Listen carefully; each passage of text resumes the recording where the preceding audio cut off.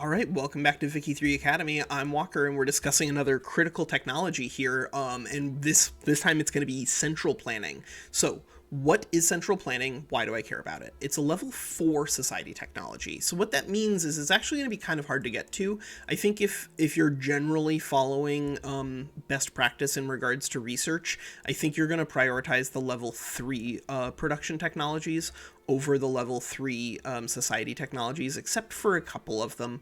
Mutual funds is pretty good. Steel frame buildings is pretty good. Human rights is pretty good.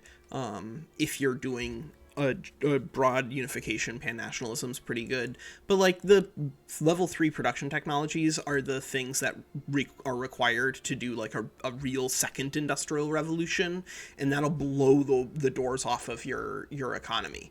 And so what I'm telling you is, if you want to prioritize getting to central planning early, you are going to need to overbuild universities to the point where you have excess innovation causing extra tech spread, because you're going to need it. Because you're going to need to, if you want to get to central planning, not only are you going to need to be able to rapidly make progress in the level 3 production technologies, you're also going to want to be able to make rapid progress in the level 2 society technologies with tech spread, because that'll speed up the speed with which you can do the level 3 technologies on your own.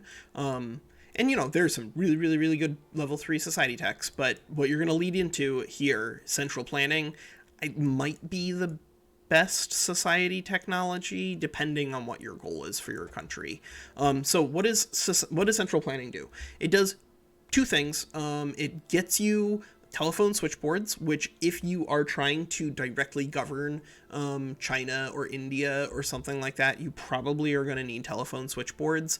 If you aren't trying to govern China or India, then you might be able to get away without prioritizing this and just using a gigantic skyscraper, but you need to be aware that it's economically inefficient to do so. Telephone switchboards are very good, and if you have any large amount of arable land in your country, then you'll end up with an infinite number of pops anyway, in which case you're going to want telephone switchboards. And this is going to be really helpful for you, because this is going to create a demand for telephones, and by creating a demand for telephones, you're going to create the opportunity for you to run more electrics industries. And electrics industries, of course, if you have them with the radio enabled, then you'll be able to actually use tanks and stuff. And so you need to have a way to use telephones in your own government capacity, just to support your military, right? Otherwise, you're just going to have an infinite number of telephones that nobody wants to buy, and your electrics industries are going to need enormous amounts of subsidies. Speaking of enormous amounts of subsidies, no, the command economy law this thing is incredible. It just depends on what the nature of the economy in the game that you want to be playing with is.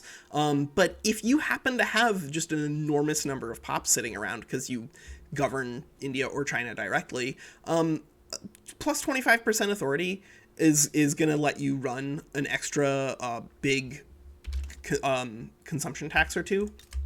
So just like, this is not even a developed Qing, right? But if it was a developed Qing, you would see that some of these consumption taxes would be plus hundreds of thousands or millions of pounds that you can get here. And so being able to run extra consumption taxes in these sorts of economies can be enormous. It can be enormous. And even if it isn't, then there's an extra line here on the command economy. It does give you 25% extra taxation capacity, which again, if you're governing India or China directly, that